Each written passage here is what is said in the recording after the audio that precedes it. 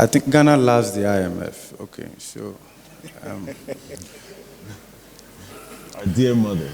Yeah, so if you look at it from independence, you see that this economy, the structures to some extent, has also been shaped by the IMF and their recommendations. Either you look at it from the structural adjustment, reforms, and all of that to today, right? And beyond. So one of the easiest things to predict right now is how often we can go to the IMF. Okay.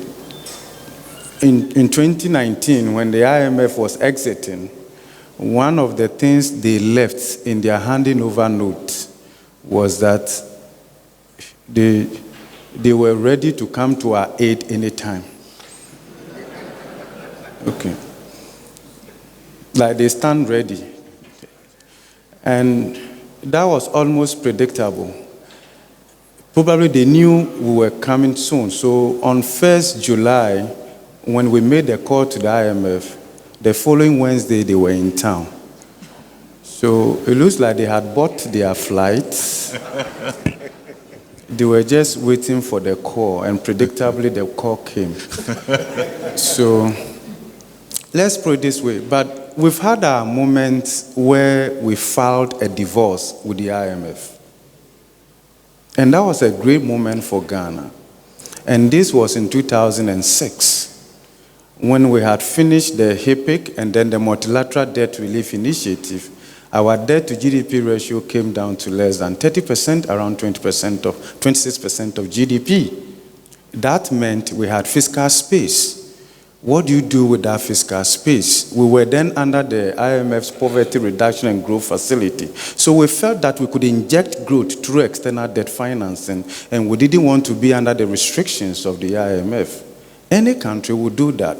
Look, there's no country that can develop without a minimum pride that says, this is who we are.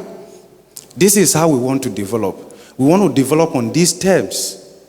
So we felt that, yes, have a go. We filed a divorce. It wasn't so difficult for the IMF to grant that divorce because they knew it would not be long.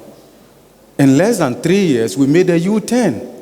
So July, as you said, 2009 to July 2012, we placed ourselves firmly in the hands of the IMF. The first person who took us to the IMF, actually, by way of application, was Dr. Kwame Nkrumah in 1965. The reason his name is not mentioned in the literature was because after the program had been developed and approved, he rejected it because his fiscal expansionary drive were inconsistent with the dictates of the IMF austerity. So he rejected it. We are unable to tell how Dr. Nkrumah would have fared without the program because it wasn't long and his government was overthrown.